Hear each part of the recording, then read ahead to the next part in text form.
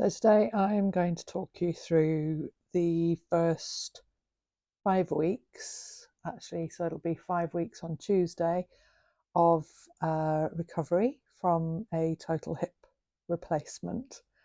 So just to give you a bit of background, I just turned 52 and I was given the diagnosis or the information in April of this year. It's September now, that I needed to have a total hip replacement. I was told by the consultant that he would put me on the urgent list because I'm in the UK, and on the NHS I know that waiting lists are very long. But I was put on an urgent list because of the fact that I'm a yoga teacher and a personal trainer and a fitness instructor, and it's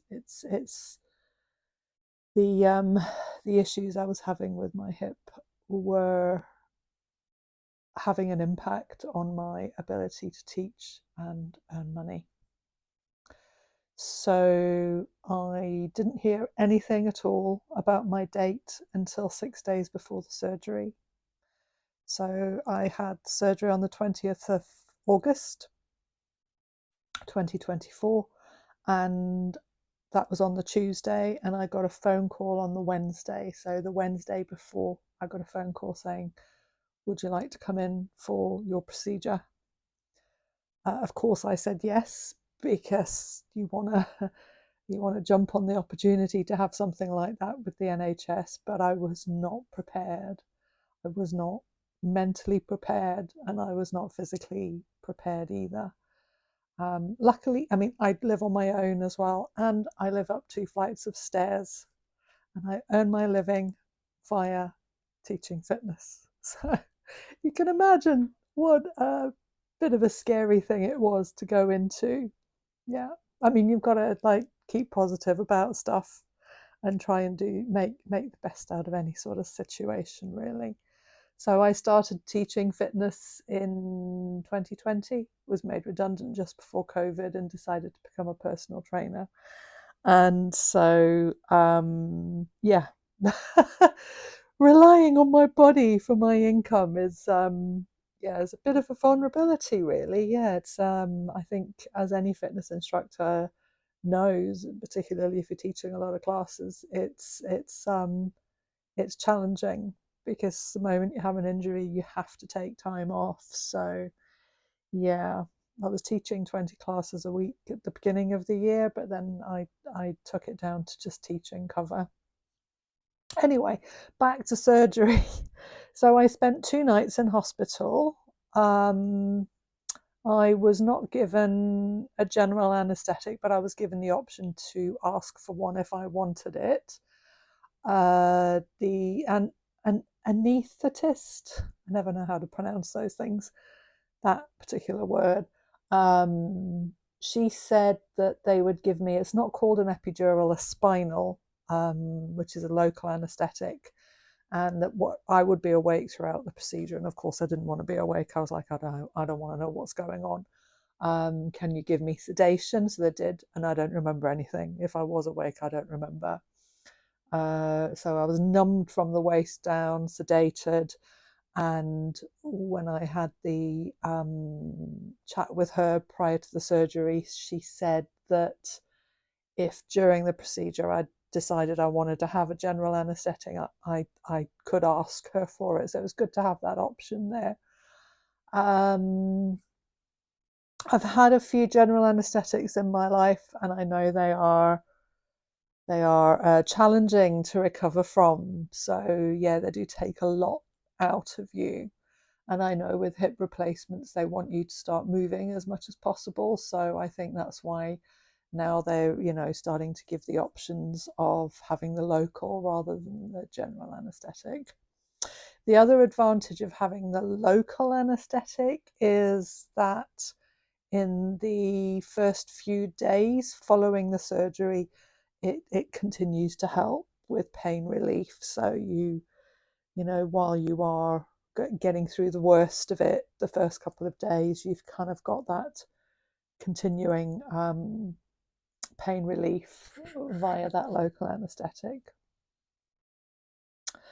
Disadvantage is that you are, well, I struggled to go to the toilet. I struggled to wee afterwards, and I think it was something like, I don't know, 12 hours or something, 12 or maybe 15 hours post surgery, and I still hadn't had a wee. And the nursing staff refused to catheterize me, despite the fact that I was in a lot of pain and a lot of discomfort. So yeah, I don't really understand their rules around that. They kept on saying that my bladder wasn't full enough, but I've got fibroids, which puts pressure on the bladder even if it isn't full. So, but they were not listening to that. The other thing in the hospital was that I'd been led to believe that I would be getting up as soon as possible and moving around as soon as possible. But when I arrived on the ward, I was told they didn't have any walking aids for me. So I'm afraid I did demand a Zimmer frame so that I could get up, particularly because I wanted to go to the toilet. First night, I was up every hour. I was literally up every hour and trying to wee, and I was itchy as well, which I think was part of the anaesthetic. They just kept, I mean, that's what the medical profession do. They just throw pills at you. So I had loads of pills, just pills for everything. Every hour I was awake taking pills. They give you intravenous anaesthetic, antibiotics as well, just to as a prophylactic for infection. So yeah, I saw the physio. I had an issue with my blood pressure being very low. There was speculation that I might have lost a lot of blood and should have had a blood transfusion, but they didn't give me one. So I stayed 2 nights in hospital, which was ideal really because I was coming home to an empty house because I live on my own. I had to come up 2 flights of stairs. I had a friend come and stay over. Actually, she stayed for one night. Just got me breakfast and coffee and stuff. And then yeah, the first week I was on my own. I mean, I did have a lot of people coming. I'm very grateful for all the visits that I had and all the messages and all the phone calls and everything. Everyone's kind of been very, very supportive, which has been very nice. But the first week was brutal. Yeah, I mean, I did try and get up and move around as much as I could, but I just felt ill all the time, and I don't know whether it was because of the sort of level of pain relief I was on, all sorts of stuff: codeine, naproxen, ibuprofen, paracetamol, obviously omeprazole to deal with the side effects of the naproxen. Stuff to deal with constipation, to keep your body moving as well. Incredible, really. Had to have so I was sent home with a Zimmer frame and crutches. I got a toilet seat, a raised toilet seat, a percha chair, and a trolley as well delivered, which was great. And they're coming to pick them up next week. I'm still holding on to a few bits of equipment, but the things I'm not using. I got down to one crutch pretty quickly, to be fair. And lots of the physio exercises I was given, I was able to do in bed. There are supposed to be restrictions when you have a total hip replacement, so restrictions on the angle that you have the hip at, and I'm still not sure what those are. I mean, I was told not to sort of bend my hip to 90 degrees when I was in the hospital, not to cross my legs. What was the other thing? I can't really remember. So, and I haven't actually been given any sort of specific protocols. I I've been on the phone twice to physios and asked them what I should do, and I've seen a physio who also has not got my notes, so she doesn't know what protocols to give me. So it's a little bit frustrating. But yeah, the first week, I had to get a grabber because, of course, you can't pick things up off the floor because you can't sort of bend forwards. I really struggled like to feed myself the first couple of days because I was every time I stood up I was feeling ill and I hadn't been prepared, so I didn't really have like shopping in. I had a friend come around and bring me shopping and bring me food, which was wonderful. But I spent pretty much an hour in bed and then an hour up, an hour in bed and an hour up. I spent a lot of time in bed the first 2 weeks, really. I watched the whole of Downton Abbey. um, I've been sleeping on my back. That's one of the protocols I've been clear on. I'm hoping to be able to sleep on my side past 6 weeks, which will be in sort of a week and a half's time, because I'm a side sleeper normally, and actually sleeping on my back. Oh, my back really hurt because I was like lying flat. My body seems to have adapted to it now, and I'm moving around a lot more during the day. So, because I've got lumbar spondylosis, I'm managing that issue as well. So I was waking up in the morning and just doing some very gentle yoga in bed without trying to sort of disturb the hip too much. Uh, what else? So the first 2 weeks, brutal. Yeah. Um, I think I left the house 2 or 3 times. I knew I could do the stairs because I had to when I came back from hospital. And I just started going out for very short walks. It was about 10 days post surgery that I started to feel better, as in I wasn't feeling ill every time I stood up. And so I then moved all my stuff, the computer and I've got my drugs container here. So this has got all my pills in it, all my painkillers and stuff. A lot. So I moved that and my laptop and pens and papers and bits of pieces of paper and stuff because I'm doing work, to the living room, and was able to get comfy in the living room. And also then just did the whole hour up, hour down thing. But to be honest, it was kind of easier to sit for longer periods of time once I was able to get myself comfy in the living room, mainly because I've got the telly in front of me, I've got all my stuff around me. It was kind of more convenient than being in bed. So I have spent long periods of time sitting on the sofa, which is not ideal because then you're stiff when you sit up. So I'm trying to reduce that period now. Now I'm doing 45 minutes up, 45 minutes down, and making sure that when I get up for those 45 minutes, I do stuff in the house. And then the 45 minutes that I sit down, that I ice the hip and stuff. I haven't sort of done physio in the traditional way, as in doing it 4 times a day or 3 times a day. I because I'm used to exercising and I'm used to exercising kind of every day. I just do one big sort of like an hour of doing my physio exercises, and I intersperse it with upper body work, so just resistance work on my upper body because I like to stay strong and fit. I have lost a lot of muscle in my lower body. It's quite alarming actually how quickly the muscle goes. My hamstrings, my thighs, the quads, and I've put weight on. I've because I've been sat down, and I'm used to eating a lot because I'm normally exercising a lot. So I like food, and I've got a big appetite, and I'm used to making big meals for myself. So yeah, I've got a bit of a belly at the moment, but you know what? I'm not beating myself up for it. I'm not going to let it get out of hand. I'm going to be careful about what I eat, but I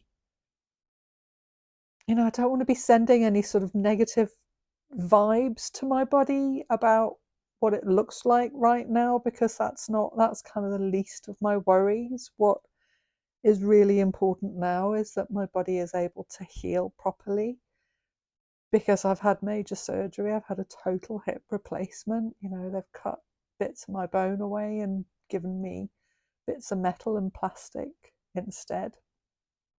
And so all the trauma around that. You know, my body has done really well and is, you know, doing really well. And so getting caught up about what I look like is really not, it's the least of my worries. And if I want to get, you know, super fit again, there'll be time for that once I've recovered, and I'm giving myself that grace. Um, yeah, the scar is yeah. Everyone said how neat it is. So I was given internal stitches. The dressing came off at sort of, I think they said 2 weeks, but then one of the nurses who was coming for injections, I had to have injections against blood clotting, against DVT. She took the dressing off, and it was just so clean and so clear. And I've been rubbing an avocado oil into, which was given to me by a friend, and bio oil into the scar 3 times a day, and it's really softened it. And again, it's not about having the scar and it being unsightly, it's about the fact that all the fascia underneath will be all scarred up as well, and it really feels like I've managed to loosen it quite a lot. So yeah, because when you give yourself a massage, you know, it brings blood to that area, it brings nutrients to the area, and it helps with, you know, with healing. So what else? I've been going out walking. So I just kind of went through a period sort of last week where it just seemed like every day there were sort of milestones happening all the time. There was just a period of time where I was able to get up and I was able to move around and I was able to go for a walk, and then I just kind of just stopped using my crutch and started using a stick, and then I just stopped using the stick. So I'm now walking unaided. I'm not walking beautifully quite yet because I haven't got proper range of motion, and of course I'm working quite hard on the physio on getting the strength back. But yeah, I can walk unaided, and I went to the garden centre yesterday, and I managed to walk around without a stick and not have to like worry about people bumping me over or anything. I also managed to carry a tray of coffees from the counter to the table, which was wonderful. Um, so all these little wins every day, all these little things that I'm able to do every day is, you know, there it's building confidence and, you know, helping. I've been building up my walking, so I've been walking every day. I think the furthest I've walked is 2.1 miles. Might have been a little bit too much because I was a bit sore the next day, so I had a rest day. Didn't do very much. I mean, I did physio, but I didn't go out very much. So yesterday I was out at the garden centre and I went out for a walk in the afternoon. So again, and did physio. So yesterday was quite a big day. As far as, you know, my legs are concerned. And yes, so I was I was quite sore when I woke up this morning. So I have been for a short walk. I'm hoping to go out for 2 more short walks today. And I've done some physio, but I'm going to do more later because the physio gave me exercises to do. I kept on, when I went to her, I was like, can I add resistance? Can I start doing more complex stuff? Can I do glute bridges, you know, to activate the glutes and stuff? She said yes to the glute bridges. And she said yes to very light weighted, very shallow deadlifts. So, and I can feel that working my glutes and my hamstrings, which is wonderful. It's nice to be able to progress and do some stuff. And she gave me exercises that I can start next week, because next week will be 5 weeks. And I'm seeing the consultant in 2 weeks' time. So the main issue at the moment, I can't drive. So it's my right leg. And you've got to be able to do an emergency stop. So I'm hoping he'll sign me off when I see him to drive, and then I'll be able to get out and about and do stuff. I mean, getting in and out of the car is going to be a challenge, I would imagine, as well, because I've only been passengers. People have been so kind. Again, people have been so kind coming to collect me and stuff.